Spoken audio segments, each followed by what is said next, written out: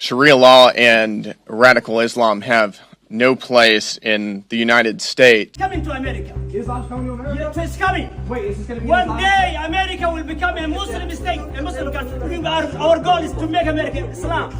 Islamic. A hated clip is going viral and people are saying it shows a demand for Americans to choose Sharia law over the United States Constitution.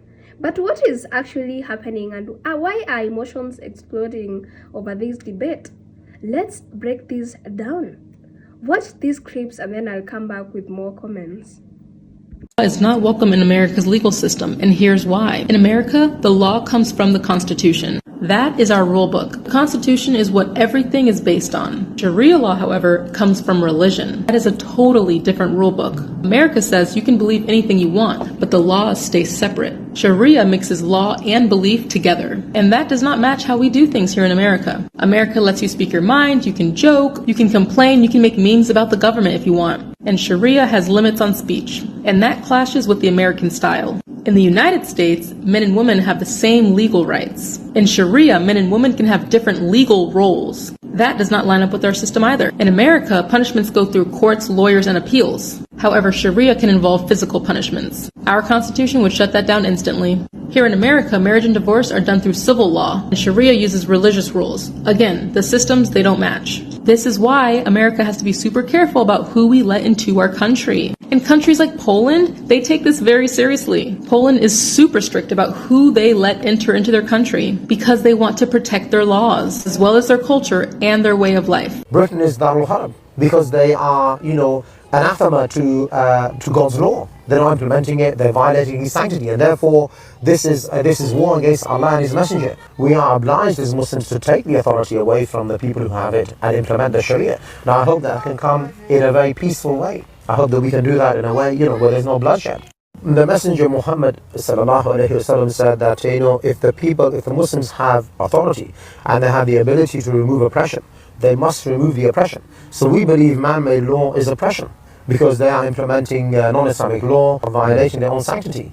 So, if we are in a position of power and authority, we are obliged to take that authority, with the minimum force, and to implement the Sharia, certainly. So, this will be the case one day in Britain. What's going on, everybody? I appreciate you guys pulling up today. I have a few clips I got to share with you guys today. People need to wake up, and people need to get an understanding as to what's transpiring in our country. You got a lot of people on the left. You got a lot of Democrats, a lot of folks that are quote unquote a part of the Democratic Socialists of America who believe that this is the wave, that this is the way, not realizing or not understanding that they are useful idiots for these people. Hit the like button, share the video, subscribe to the channel. There's so much more to get into. Hey, you all got to hear this. So I did something I probably shouldn't have done. Somalians in Minneapolis are demanding that Americans assimilate to them, not the other way around. That's not how this works. Not in this country, not here in the United States of America. But if we continue to allow people to come over here and not assimilate, but carry on with their own culture and their own way of life, they're not here to just go along to get along. They're actually here to take over. And the guy in this clip right here, let it be known. And there's a few others that I want to share with you guys. But check this clip out from Minneapolis. Let's get into it. Feel more comfortable living under America? Mr. Speaker, Islam is a culture with patina of religion. Sharia is the law of Islam. Sharia is dangerous. Western values form the basis for the founding of America, namely that rights come from our Creator. Ours is a Christian-based culture. Sharia, on the other hand, is a culture of violence and domination, totally anathema to the concept of individual freedom. The United States Constitution and Sharia are fundamentally at odds with one another. The Constitution begins with "we the people." Sharia states Allah has said. Followers of Sharia believe Muhammad received a divine legal code that stands supreme over all man-made laws. While Western civilization has evolved, Islam has not. Islam is stuck in the 8th century, and if they succeed at imposing their beliefs upon us, we will be dragged back into the Dark Ages. The contrasts are stark when comparing Sharia to the strides made by the United States in 250 years. The 13th Amendment to the U.S. Constitution abolished slavery. But there has never been an abolition movement in Islam. The Quran and Hadith even contain rules for slaves and the slave trade. Sharia prescribes inhumane punishments viewed as normative. Stoning to death for adultery is common, as are public beatings of women, the amputation of the hand of a thief, and execution of Christians and Jews in accordance with the Quran.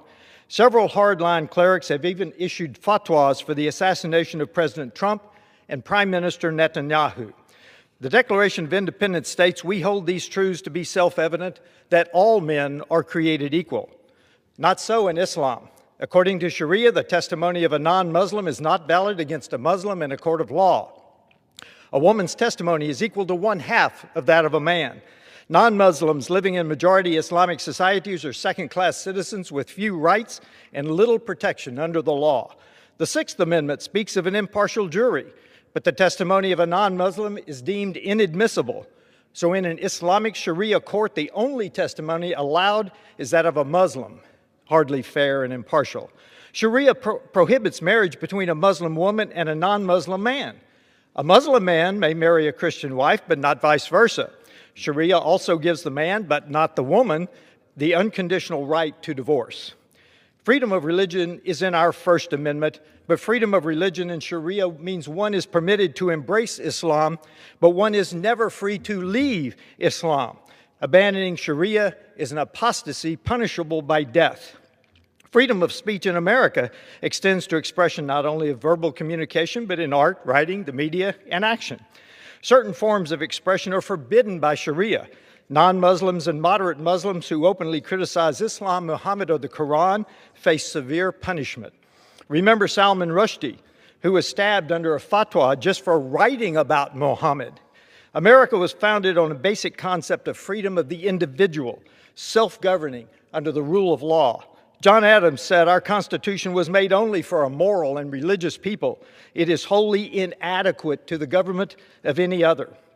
We are witnessing the reality of Adams' wisdom in the clash of cultures as outsiders stream into our country without assimilating. A prominent Muslim attorney argued in the U.S. court, "Islam is Sharia, Sharia is Islam. The two cannot be separated." There are acceptable actions in Sharia that are illegal in America. Murder of family members who dishonor the family, child marriage, spouse abuse, to name only a few. Our legal processes, developed through centuries of Western civilization, are not sufficient to confront the Sharia influence spreading across America. Even legislation may not stop the encroaching danger. It will take more.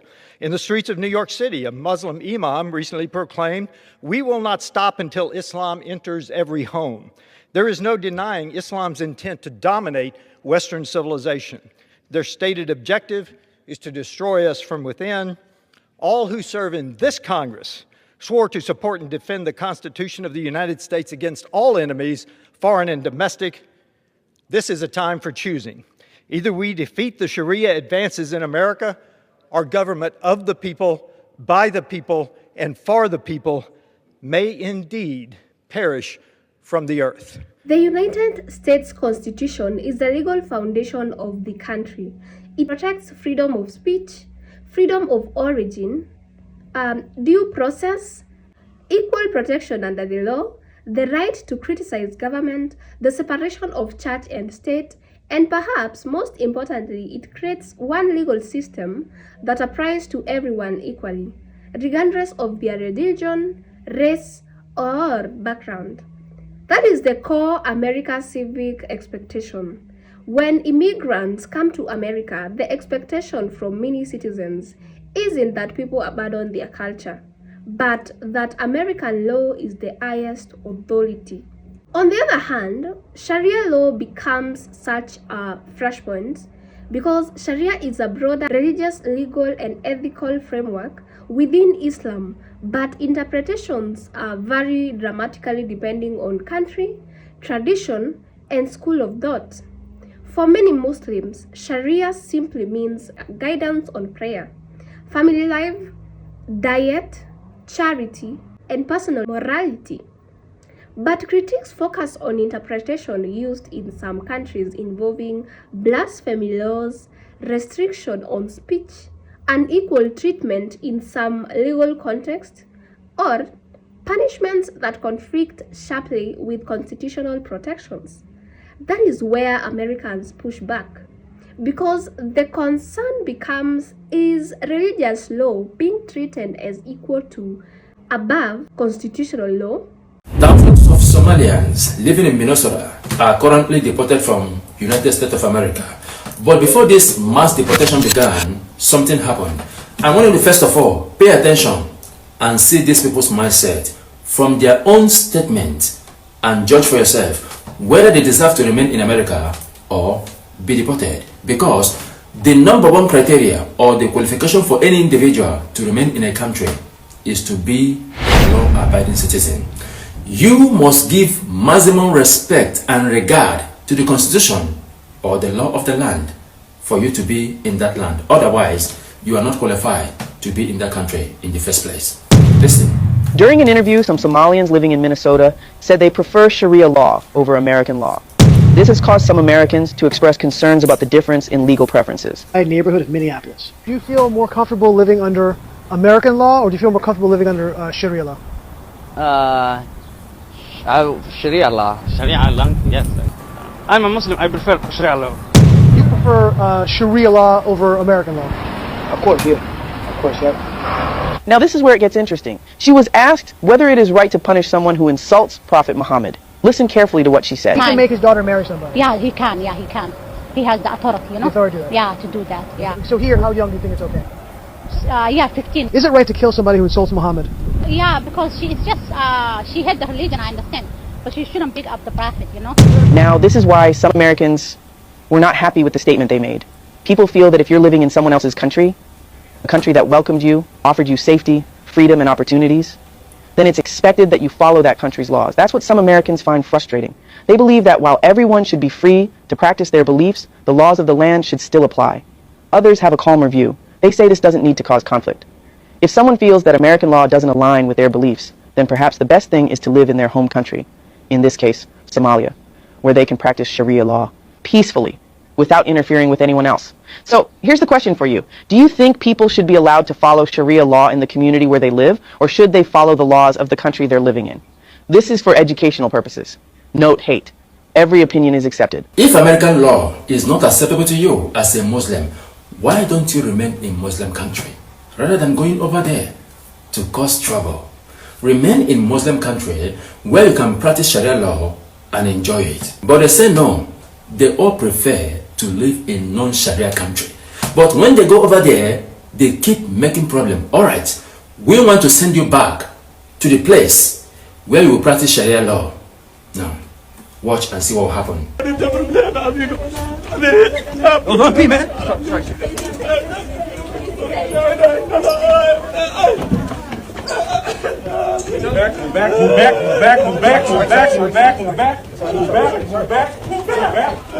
Out the way, boys, out the way. I think I live here 20 years. We'll talk about it downtown. Keep moving. My grandchildren at home. I was going to the Sir, store. watch your head getting in. Please. Head down. You Step. see, they don't want to go back to their countries. They don't want to go back to their countries where they can practice Sharia law freely without any disturbance. What precisely does Muslims want? If I may ask you, what exactly does Muslims want? They don't want to live in their Sharia country. They want to live in non-Sharia country like America and UK. And they will not enter there and remain quiet. They will enter there and still want to impose Sharia law on them. The same thing that destroyed the place where they left. The same thing that destroyed their home, they want to impose it on others. So, in other words, what Islam is doing is this. Moving from desert, destroying a green land, and when they have eventually destroyed that green land, they will look for another green land to enter. Going and destroying. Jesus Christ said that the enemy only came to steal, to kill, and to destroy. And by their fruit you shall know them. The world need to open their eyes to the words of Jesus Christ, that these are words of wisdom. By their fruit you shall know them. If you want peace for the world, avoid Islam. We love Muslims, but that radical ideology, that pathetic ideology is not acceptable to me and to the world for peace. You must do away with that pathetic ideology. So the broader conversation here touches on immigration, cultural integration, freedom of expression, and what assimilation actually means in America. For some Americans, the concern is straightforward. They believe that Constitution and United States civics values should remain the common framework regardless of background, religion, or even country of origin. Others argue America has always included diverse religious communities and that cultural pluralism is part of the national identity. So that tension, assimilation versus multiculturalism, is what fuels this debate. So, quick question here. When someone moves to a country, should assimilation means adopting the dominant culture or simply respecting the laws while keeping their own traditions? Drop your take in the comment section and kindly remember to keep it respectful because here we will have split opinions. So, moving on, whenever discussions involving religion or even constitutional value, emotion spikes immediately. But it is important not to treat an entire community as monolith based on one clip, one person, or even one interpretation. Political debates often gets amplified because outrage spreads faster than nuance. And if you've been online lately, you know exactly how fast a short clip can become a full-blown culture war in hours. But here is the bigger question nobody agrees on. Where is the line between preserving cultural identity and integrating into the civil values of the country you live in? This conversation also overlaps with broader issues. So what do you guys think? Should assimilation in America mean embracing a constitutional value first? Or can strong cultural and religious identities coexist fully within American society without conflict? Keep your views respectful and kindly remember to hit the subscribe button and join our family. Thank you so much for watching. I'll see you in the next one. Bye for now.